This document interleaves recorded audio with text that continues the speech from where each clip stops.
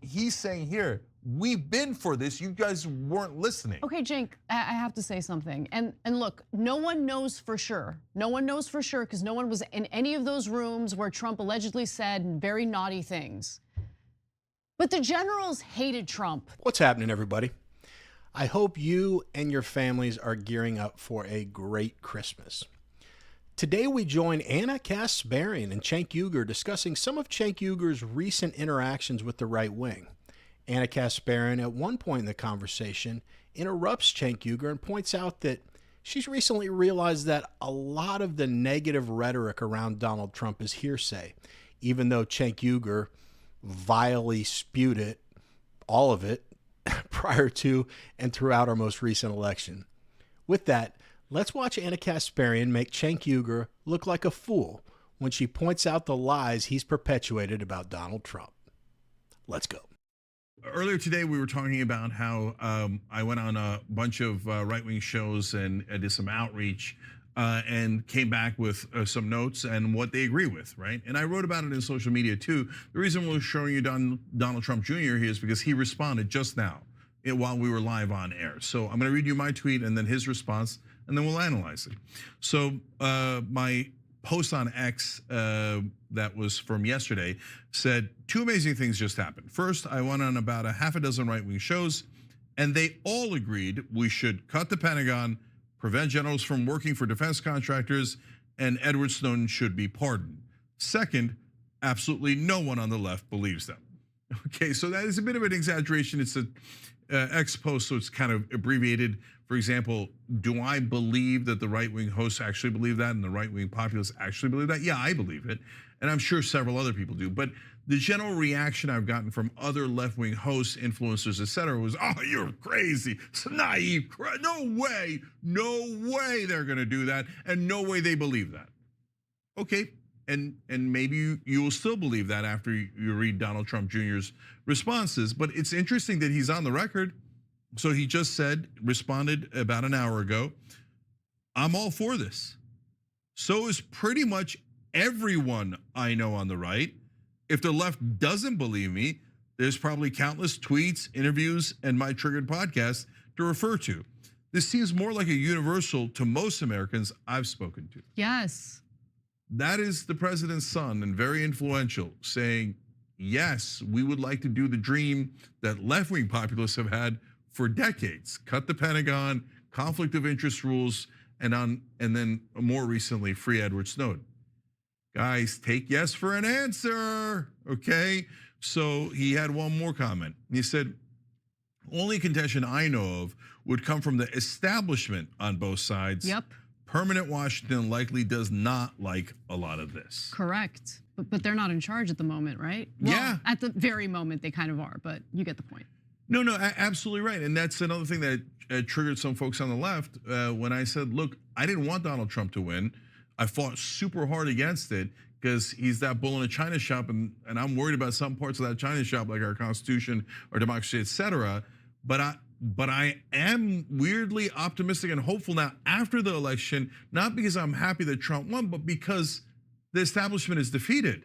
And the establishment is immovable. And they never would free Edward Snowden. They would never cut the Pentagon. They never do. They would never have conflict of interest rules because they think, oh my God, if we do it for the generals, maybe they're gonna think about doing it for the politicians. And the Hey, if you like watching videos like these, like and subscribe. I'd really appreciate it. Let's get back to the video.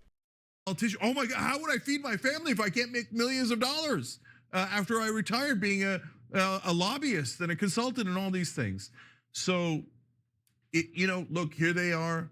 Now, this is the second time Donald Trump Jr. has responded and said yes. And when I go on the shows, guys, it's not like I'm making them agree or this is the first time they heard about it. And they're like, oh, maybe. No, as he's saying here, we've been for this. You guys weren't listening. Okay, Cenk, I have to say something. And look, no one knows for sure. No one knows for sure because no one was in any of those rooms where Trump allegedly said very naughty things. But the generals hated Trump. They always hated Trump. Trump wanted to pull out of Afghanistan. They didn't want to pull out of Afghanistan. So all of the stories quoting, military generals who had meetings with Trump, closed door meetings, and Trump allegedly said all of these naughty things, I don't know what to believe because it's a he said, she said type Nah. situation. So I think I hear you that it's mixed, but it's definitely not mixed. Okay, I mean it's definitely not clear in Trump's favor. No, I agree. Like we don't know, but like everyone just takes what the generals say at face value. But I don't. So like, there's things that people that have said, generals included, where I go, that one doesn't sound credible. Yeah, that doesn't sound like him. I mean, on the Steele dossier, we were instantly like, that doesn't sound like Trump at all. Right. Right. So we built up a lot of credibility on calling stuff as it is. Some of the things the general said sounded very credible. Okay, now again, we could all agree, disagree. You know, they're not anonymous anymore. They're saying it on the record, but we weren't in the room. Okay, fine. But Trump did do some things that weren't just quote unquote naughty. They were, you know. No, the things he did actually did. He carried out actions that obviously were wrong, and we've talked about that, and we've disagreed with what he did. I'm just saying. Trump has always been, I don't know about his entire life, but in terms of his role in politics, he has said and pursued certain things that the military industrial complex absolutely despises. Yeah, so that was the second part I was gonna get to. So while I think that he did do and say a bunch of those terrible things, in my opinion, but it is also true that the military industrial complex hated him, and that is a slight positive, or maybe it's a massive positive. And look, here I'll give Trump and Biden credit and discredit to Obama. The generals hated Trump. They always hated Trump.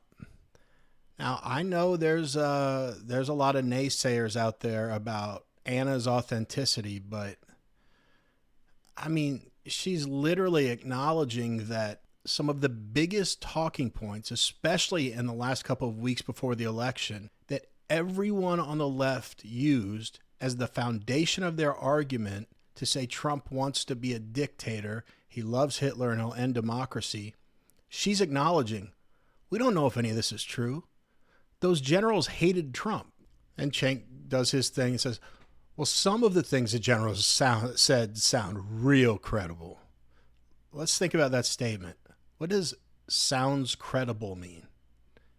Anything said behind closed doors is equally as credible or not credible as anything else said behind closed doors, because none of us, aside from the people that were present, knows what was said. Think about it. Have you ever been misquoted or accused of saying something that you didn't? It's a hassle no matter how small or large a scale it's on. 5 people, 100 people. Can you imagine having to defend yourself about something that's not true for every day for the rest of your life? It would be a nightmare. Welcome to Donald Trump's world. He handles it well, though. He just says, no, I didn't say that, and then ignores it. Anna makes a great point, and it's something that I've probably echoed 100 times in my videos. But if Trump or anybody in politics, our public servants, does something untoward, then they need to be called on it. All of it.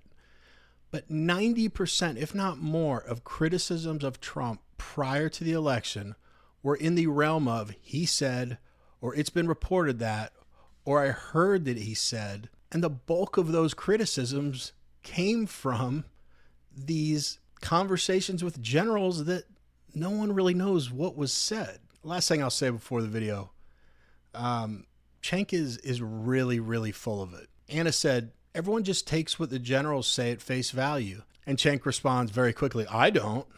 What do you mean?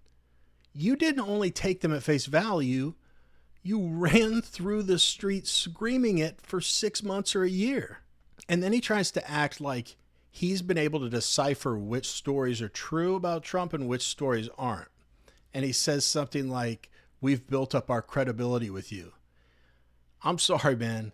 If there was ever a time not to invoke we've built up credibility, it's right now. This may be one of the areas you're least credible. I had the instinct that he wanted to pull out of Afghanistan. He said he wanted to pull out of Afghanistan. He got into office and the generals browbeat him. And they're like, listen here, okay, you're a young whippersnapper. You don't know anything. Us generals in the field know that permanent war will get us millions of dollars in contracts later. I mean, really important for the national security. What did the extra 18 years or so in Afghanistan get us in terms of national security? Nothing. Nothing. bupkis. What did he get those defense contractors? A lot. Like literally trillions of dollars, Yes, right? yes. And the generals sucked off of that teat. Yes, they did. As they almost all went into the military-industrial complex after they retired, right? That's why Donald Trump Jr. said in the first response, we're already working on that rule about the conflict of interest. So that's terrific. So Obama got browbeat by those guys, but Trump said, no, we're pulling out of Afghanistan, did the original deal, and I gave him credit for that because we only care about policy. We don't care about drama and all that stuff. Right. And then Biden actually did pull us out of Afghanistan. That's a thing I give him credit for, as sloppy as it was, right? So guys, bottom line is, if they're saying they're going to do it, great, encourage them, and then let's see if they do it or not. And if they don't do it, hold them accountable. What's the hard part, right? And if they do it, can we be fair enough to give credit where credit is due? And here we will. So because we care about policy, eyes on. Did Cenk say we don't care about drama and all that stuff? We just care about policy? Is that right? Okay, if you say so. I think what should give us all pause is if you acknowledge, Cenk, that even some of the horrible things about Donald Trump weren't verifiable, why are you just bringing this up now? It's hard for me to believe that you weren't aware of this when you were using this stuff against him. I know there are a lot out there that don't agree with me, but I'm sorry, just every clip I see, I really believe Anna, when she says something, is being genuine. Doesn't mean she's right-wing or anything like that, but her take was right on that. It's like she had an awakening, like, wait a second, all this stuff we've been accusing Trump of is just talk from people that hate his guts. Cenk, not so much. But let me know what you think. Anyway, that's it for this video. If you like watching leftists wake up to the lies that they've been told, like Anna just did, then click on one of the videos that just popped up on your screen. Otherwise, as always, I appreciate you guys more than you know. And I really, really hope you guys are going to have an awesome holiday season. Merry Christmas, Happy New Year early. I'll be back for Christmas Eve and Christmas, but just in case I don't see you until after the holidays, thank you so much for everything. The end.